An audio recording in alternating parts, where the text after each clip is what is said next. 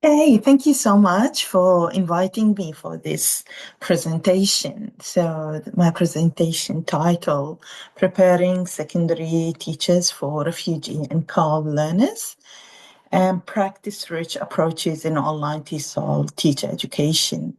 So, this is a reflection of my personal and lived experience of both teaching in the teacher education at two universities, as well as being a refugee background person and refugee background teacher.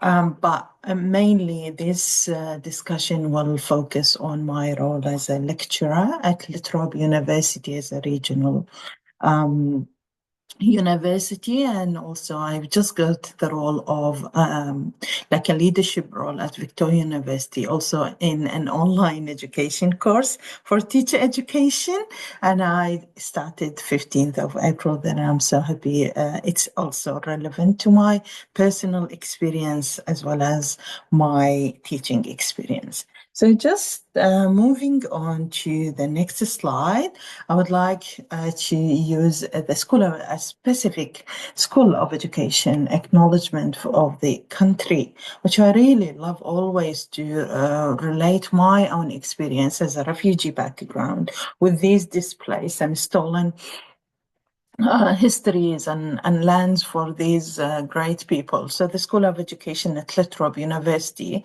respectfully acknowledges the traditional custodians of the lands our campuses and our education work are located on. I personally, as a teacher educator, recognize that First Nations Australians have ongoing knowledge, and I'm always using their knowledge and perspectives that inform past, present, and future of education. So I always involve their stories and their pedagogies in my classroom teaching.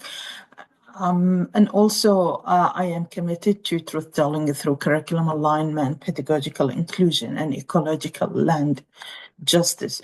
I am committed to cross-curriculum priorities, and I always teach these to my students in Indigenous education because I want to enhance their cultural capabilities of these learners and educators, and we promote the key drivers of respect, relationship, and reconciliation.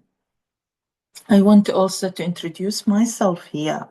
My name is Seham, so I always, because I'm an English teacher originally coming from Iraq, I came to Australia as a refugee in 2008 because of the war. So I've been displaced with not just myself and my two sons at that time, and my husband, who's also now and before an English teacher, but it's all of my family, some of them killed during the war and some of them being displaced. I have a sister in Germany, and I also always reading and teaching and researching her education and her children's education. And also I have some of my brothers, five brothers are displaced.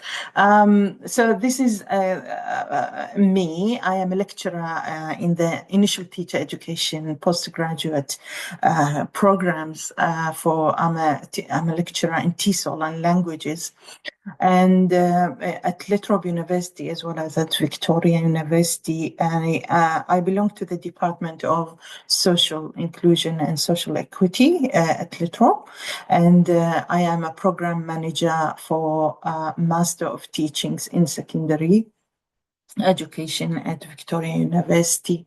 I studied Bachelor in Linguistics in my country, and I worked there for 12 years. And as I said, due to the unrest situation in my country, Iraq, I've been forced to leave.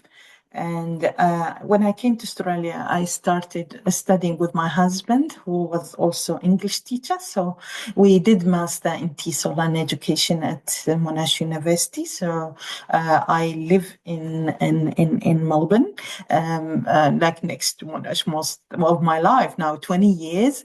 And I did my PhD when my husband like gave me the chance. He said, I am going to work to feed the family. You're going to study. So I did the 2 degrees actually, full as a full time, so 6 years in there, and I worked at Monash as a project officer, research assistant, and also in EAL, inclusive education, in 2 main projects, and also I worked as a teaching associate, teacher, in-service teacher, professional development. I talked a lot about how to include refugees and CALD communities in our education in terms of equity and social justice.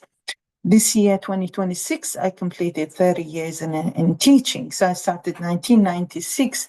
I'm so excited. I've been like in this long journey from chalk and blackboard. I remember myself when I was 21 years, and then I moved all the way from different countries, and I came to Australia, and now I am here, a teacher educator. I'm so proud of myself and my like kind of background and knowledge and experience. And I always tell my students about these milestones in my life. I was a high school teacher, ESL at that time, EAL, and this time I'm very active. I love gardening, walking, and playing soccer with my kids. I have 3 boys, I don't have a girl. I'm a learner. I'm always and have been and will be a learner. I love learning a lot, and I learn from everything around me. I am a mother, daughter, granddaughter. I'm a sister. I'm a niece, friend, and a partner and colleague, and so much more. I love integrity, loyalty, respect, and care, and this is how I uh, like work with my students in most of my online life. I bring these like lived experiences of my students and myself into class just to make it relational more than just like a kind of online education. In terms of research, I am a very active researcher in refugee education, called inclusive education, identity, culture, language, and social justice. And Stuart Hall is my is my best theorist, so I always work on these ones. So in today's presentation, I bring my own experience as a teacher educator in in a subject I'm teaching to postgraduate students. This subject called TESOL pedagogies in secondary education. So what does it mean? It means I prepare like pre-service teachers to be EAL teachers in an EAL environment. It's a bit tricky and challenging for my students to think in the same box, or in the same, or I bring them to live in my shoes. Like I most of my time lived all of my life as a multilingual person, and they are also coming from multilingual background. So however, they lack lots of kind of experiences and skills. So talking about the subject I'm teaching, so I bring here a lived experience of teaching. The subject I'm teaching to postgraduate students is just 8 weeks. Subject just started last week, and also it's being delivered in semester 1.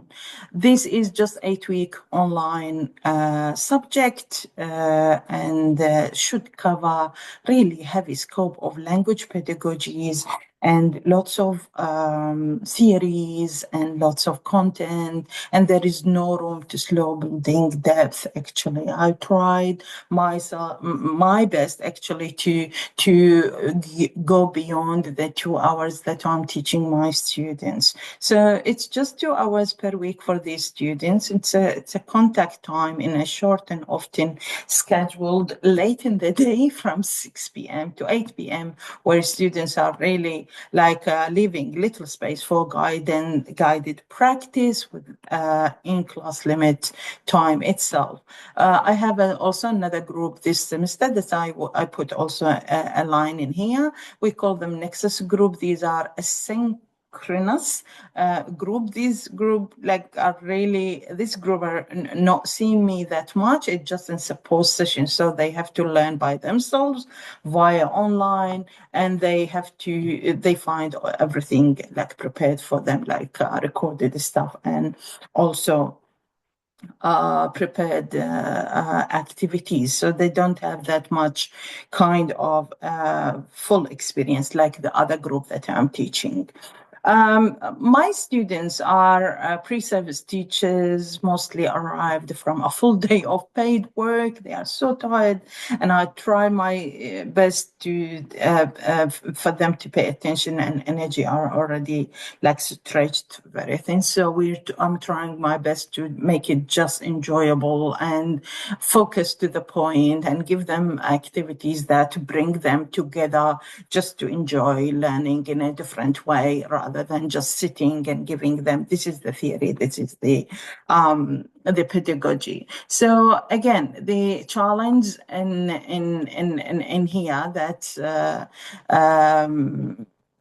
the pre-service teacher bring to the subject, and what they have, what they don't have. So they have little grounding in teaching itself. So I have, for example, in my class now, I have nurses coming to study postgraduate study. So many with limited prior knowledge of pedagogy in general, and alone language-specific pedagogy. So both must be built at once. This is also, this is for me a big challenge when students coming, they don't know anything about teaching, they don't know anything about classroom setting, about the curriculum. So sometimes I start from scratch explaining everything.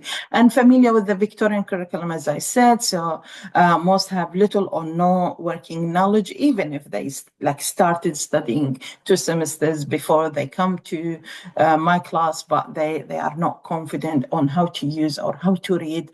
For them, the curriculum is a big headache, and I have to spend sometimes 2 full hours to explain their the curriculum components and how they can use it. How can they practice it rather than just read and leave? So making it hard to situate, especially language pedagogy, in real classroom context. And this is also a big problem. And when they, when we start teaching them how to build the lesson planning.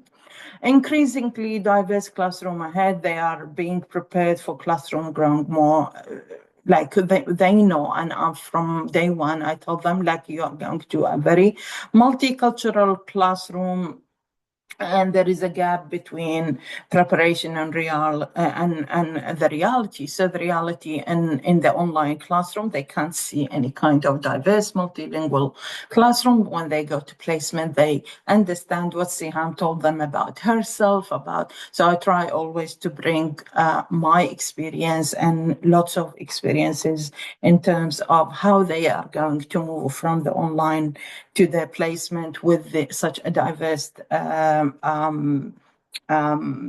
environment.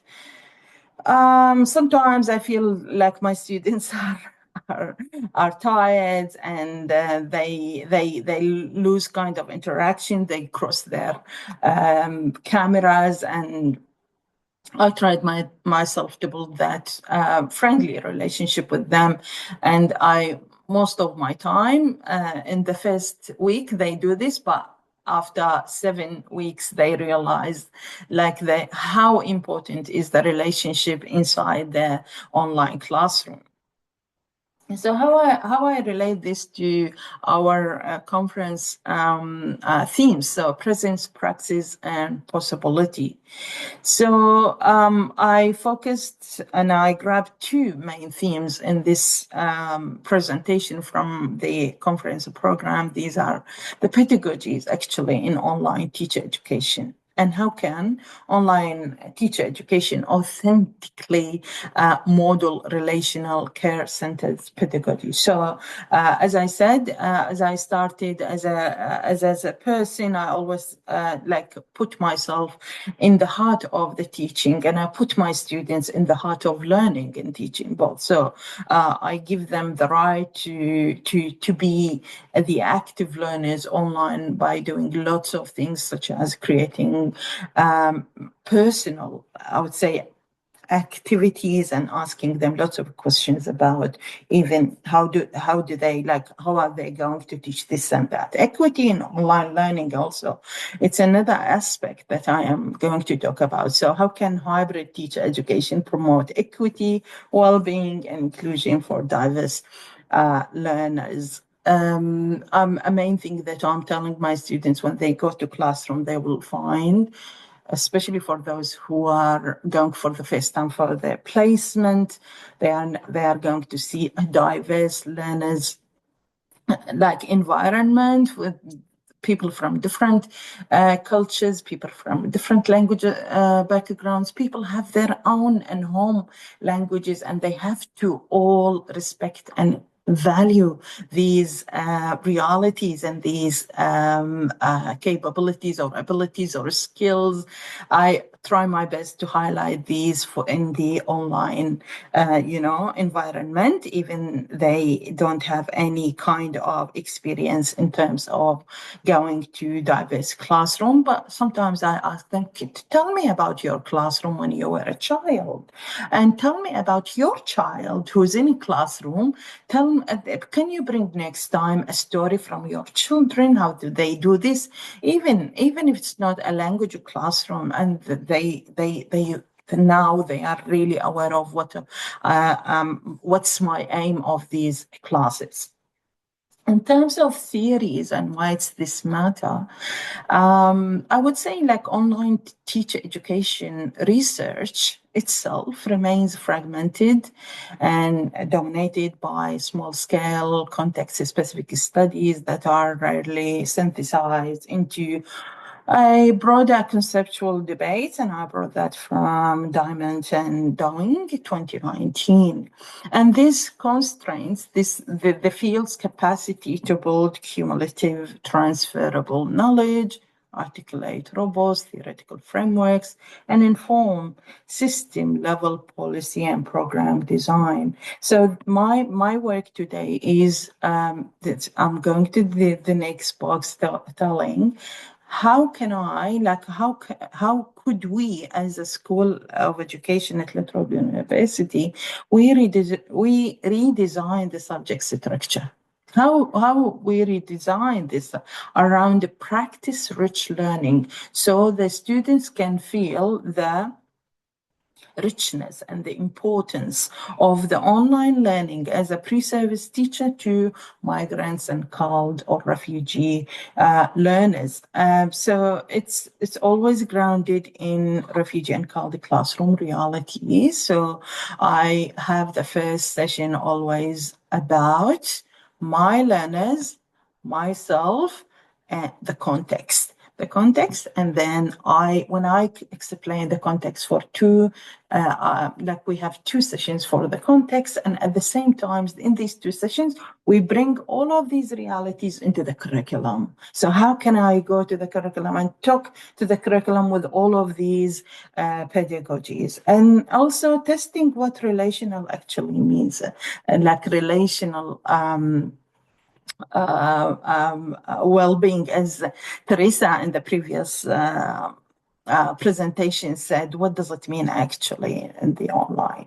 So the redesign, what we've done in here, 4 practice-rich pillars, bridging theory and practice within 8 weeks structure, very, very limited time, 24 hours. So what we've done? We've done in the in the second or third, after I explain the context, the learners, the curriculum for my students, I start by myself and I give them a mini lesson as a English teacher to refugee and CALD community. So, for example, the other day we went together to a council website. We grabbed a PowerPoint slides about recycling. things. So, and I told them, let's break this down and look at me as a teacher. So this is a material. I'm going to make it authentic. I'm going to own it. I'm going to make it to my students who are living in Dandenong area, for example, refugee background students or CALD coming from different countries. So I start with myself and I teach them how to make it real, how to make it beneficial to the students. So micro teaching, we call it micro teaching. This is in the second one. In the third session, the students start to practice online for 10 minutes. They grab 2 or 3 slides for one activity. So it's a short, focused teaching episodes, practiced and refined in low stakes settings. So we give them the chance to practice teaching. We give them lots of pedagogies and kinds of. We are not judgmental at the time in the first few weeks, and it's part of their assessment to practice this. So we call them mini lessons. Then these are small segments, and that make pedagogy as a concrete thing, and also the theories of language learning and also language acquisition in the first few weeks. After the students kind of present their work, there is a collaborative reflection. They have to listen, they have to learn from each other, they have to give feedback. There is a dialogue, there is a speaking conversation. They talk to each other. They said, oh, I have learned this today, I have learned that today. So it's a shared learning and practice space rather than just an online session and they go there. It's an authentic assessment. So every student's, this presentation will be part of a bigger 4 lessons the students are going to submit. So this, I always ask them, please tell me who are your learners and how make it realistic, even if you hypothesize this or it's a in theory it's something, but make it real. And this is how they learn how to teach language, and this is how to understand the curriculum, how to understand the theory, and how to turn it into practice. So again, what we're doing in class, we have scaffolding language strategies to make curriculum content accessible without any kind of difficulty around. So this is happening when we design the lesson plans with them. And also, I ask the students, if you are specialized in mathematics, if you are specialized in science, if you are specialized in humanities, please use the language by picking some like, let's say, maths topic, and use the language in there. And this also kind of appreciative point when students say, oh, thank you, Seham, I am specialized in science and I have EAL students in my class and I have refugee students, but I could not kind of interpret the curriculum into lesson plans. So this is a very important point for me, because my students are coming from different disciplines and they want to be EAL teachers. And also, the structures that we do invite contribution from students still building English confidence. And as I said, the socio-emotional support, recognizing the well-being needs for refugees and CALD students bring into the classroom. I always tell me if we have a refugee or CALD students, what do you reckon? How are you going to do the differentiation? How are you going to do the UDL design? How are you going to consider their needs? So that's why I love teaching these things, because it's also relevant to my expertise and my background. Again, there is a tension, and can relational pedagogy survive online? Teacher preparation is embedded, interpersonal. Of course, from my own experience, it depends on if you're passionate about teaching, so you can do it in a very great way, and you will need to do curriculum coverage. We know the institutional pressure to move through content with compressed timeframes, But again, we think of the meaningful learning for our students and the depth in giving them the pedagogies they need to teach CALD and EL from refugee background, and the relationship building of a content volume as well. Designing for dialogue and delivery. Hopefully, I'm not like exceeding my time. Am I okay? Yeah, is okay. You're fine, Seham. You've got another 5 minutes. Thank you so much. So I promise I'll finalize everything before that. So design for dialogue, not delivery. So this is also a main thing in my personality. It's not just in the subject that I teach, but it's also in other like subject that I contribute to my colleagues. So online environments can fragment reflective practice or enhance it when intentionally designed. So interaction is so important. So we design activities that require genuine exchange with students. We put them in the heart as active learners of the online learning. So, for example, before I start, I put a Padlet link telling the students, oh, today we are going to talk about assessment in EL classroom. So just like put them in the heart of learning and tell them, put anything in that Padlet you understand. So I give them 2 or 3 questions about assessment. What do you mean by assessment? Give me example about assessment and how are you going to assess your EL or refugee students. So interactions is so important in the online. Could be just a conversation, could be just like a chat box Q&A. And the dialogue structure peer and tutor conversation into every learning sequence. So I'm so like kind of interactive and active, and this is so important to build the relationship and the dialogue with students, asking them if they have questions or what they have done today or something like, and also sustained reflection, building time and promotes for reflection to deepen, not just at once. Yeah, so depth of overload. So in the TESOL teacher preparation, it's the matter is not about the content. The content actually, it's a matter of guided practice.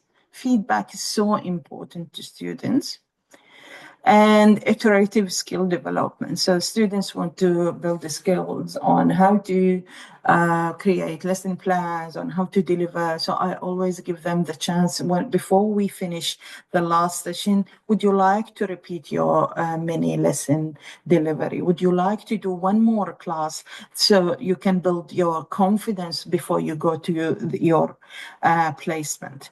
I always like guide the student and scaffold their practice and giving them feedback and telling them, oh, this went well, but time management skills, even Seham cannot like manage her time when she deliver the classroom. So don't panic. Strong university school as also school partnership is so important for us, and we focus on linguistically diverse learners because we know the complexity of our classrooms, our schools classrooms at the moment. So I would say a practice-rich online subject cannot stand alone. It depends on schools willing to be genuine partners in preparing teacher education for refugee and CALD classrooms. And as you know, here in Victoria, it's a very, very multicultural state. All schools now having this kind of like understanding of the multicultural aspect of teaching and learning, and I believe like when we send these teachers also they voice these pedagogies and the content they learn to kind of flourish the that kind of multicultural aspect in classrooms. And they bring lots of great stories, lots of recipes about food, lots of great examples, and they are so proud when they come back from their placement. I think that's it from me. Thank you so much for today. And I'm happy to, if you have any questions for me about the delivery of this program or about how to deal with CALD learners or refugee background students in teacher education. And yeah, thank you so much.